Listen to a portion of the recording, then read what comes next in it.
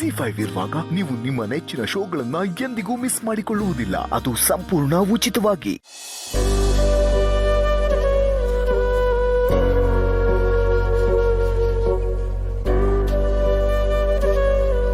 ರಾಮ, ಏನಾಗಬೇಕು ಏನಾಗಬಾರ್ದು ಅನ್ನೋದು ನಿನ್ನ ನಿರ್ಧಾರ. ಎಲ್ಲ ನನ್ನ ನಿರ್ಧಾರದ ಪ್ರಕಾರನೇ ನಡೆಯುತ್ತೆ ಅಂತ ನನಗೆ ಗೊತ್ತು. ಆದರೂ ಬೇಡ್ಕೊಳ್ಳೋದು ನನಗೆ ಅಭ್ಯಾಸ ಆಗ್ಬಿಟ್ಟಿದೆ. ಏನು ಕೊಡಬೇಕು ಏನು ಕೊಡಬಾರ್ದು ಅನ್ನೋದು ನಿನ್ನೆಚ್ಛೆ. ಆದರೂ ಒಂದೇ ಒಂದು ಕೇಳ್ಕೊತೀನಿ ರಾಮ, ನನ್ನ ಲೈಫಲ್ಲಿ ನಾನು ಸಿಹಿನ ಚೂಸ್ ಮಾಡಬೇಕಾ ಅಥವಾ ರಾಮ್ನ ಚೂಸ್ ಮಾಡಬೇಕಾ ಅನ್ನೋ ಕನ್ಫ್ಯೂಷನ್ನ ಪ್ಲೀಸ್ ಕೊಡಬೇಡ. ನನಗಿಬ್ಬರೂ ಬೇಕು. ಇಬ್ಬರಲ್ಲಿ ಒಬ್ಬರು ಇಲ್ಲ ಅಂದರೂ ನನಗೆ ಬದುಕೋಕ್ಕಾಗಲ್ಲ.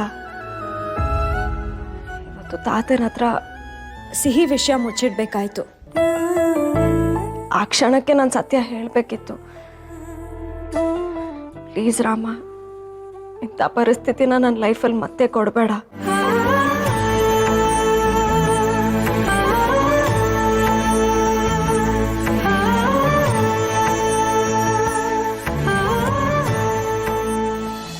ಮೊದಲು RP ಎಲ್ಲಿದ್ದಾನೆ ಅಂತ ಹೇಳಿ. ಅಲ್ಲ, ಇಷ್ಟು ದಿನ ನಿಮ್ಗೆ ಗೊತ್ತಿದ್ಮೇಲೂ ನನ್ನ ಹತ್ರ ಒಂದು ಮಾತು ಹೇಳಿಲ್ಲ. ಅಕಸ್ಮಾತ್ ಹೇಳಿದ್ರೆ ಏನ್ ಮಾಡ್ಬೇಕಿತ್ತು ಅದನ್ನ ಮಾಡ್ತಿದ್ದೆ ನಾನು. ಅವನೊಬ್ಬ ಕ್ರಿಮಿನಲ್ ಅಂತ ಗೊತ್ತಿದ್ಮೇಲೂ ನೀವು ಮನೆಯೊಳಗೆ ಇಟ್ಕೊಂಡು ಸಾಕ್ತಾ ಇದ್ದೀರಲ್ಲ, ಅಷ್ಟು ಗೊತ್ತಾಗಲ್ವಾ ನಿಮ್ಗೆ? Shame on you guys. ಕ್ಷಮಿಸಿ ಹೇಳಿ ಅಂದ್ರೆ ಅವ್ನು ನಮ್ಮನ್ನ ತುಂಬಾ ಹೆದರಿಸ್ಬಿಟ್ಟಿದ್ದ.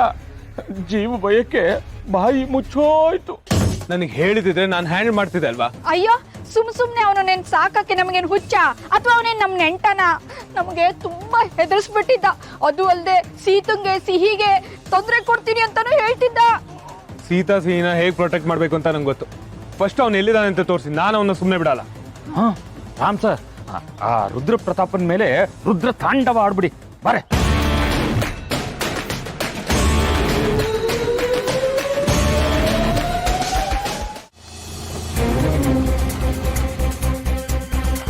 ಸರ್, ಅದು ನೀವು ಇಲ್ಲೇ ಕೂತಿರಿ, ನಾವಿಬ್ರು ಹೋಗಿ ಒಳಗೆ ನೋಡ್ಕೊಂಡು ಬರ್ತೀವಿ ಅವ್ನು ಎಲ್ಲಿದ್ದಾನೆ ಏನು ಮಾಡ್ತಾ ಇದ್ದಾನೆ ಅಂತ. ಆಮೇಲೆ ನೀವು ಬಂದಿದ್ದೀರಾ ಅಂತ ಗೊತ್ತಾದರೆ ಅವನು ಓಡೋಗ್ಬಿಡ್ತಾನಲ್ವ. ನೀವು ಆರಾಮಾಗಿ ಇಲ್ಲೇ ಇರಿ, ನಾವು ಬರ್ತೀವಿ. ಯಾಕೆಂದರೆ ನಮ್ಮದು ಬಾಡಿಗೆ ಮನೆ. ನೀವು ಅಲ್ಲಿಗೆ ಬಂದು ಸುಮ್ಮನೆ ಗಲಾಟೆ ಆದರೆ ನಮ್ಮನ್ನ ಮನೆಯಿಂದ ಹೊರಗೆ ಹಾಕ್ಬಿಡ್ತಾರೆ ಸರ್. ಓಕೆ, ಹೋಗ್ಬನ್ನಿ. ಸರಿ ಸರ್, ಬಾರೆ.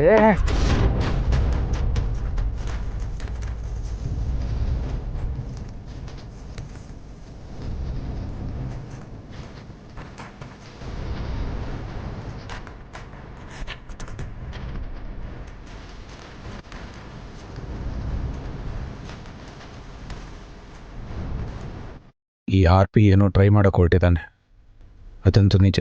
ಆ್ಯಂಡ್ ಸಿಹಿಗೆ ಎಕ್ಸ್ಪೀರಿಯನ್ಸ್ ಆಗಿದ್ದು ನಿಜ. ಅವಳನ್ನು ಹೆದರ್ಸಕ್ಕೆ ಟ್ರೈ ಮಾಡ್ತಿದ್ದಾನೋ ಏನೋ, ಆದರೆ ಏನೋ ಪ್ಲ್ಯಾನ್ ಮಾಡ್ಕೊಂಡು ನಮ್ಮ ಸುತ್ತಮುತ್ತನೇ ಸುತ್ತುತ್ತಿದ್ದಾನೆ.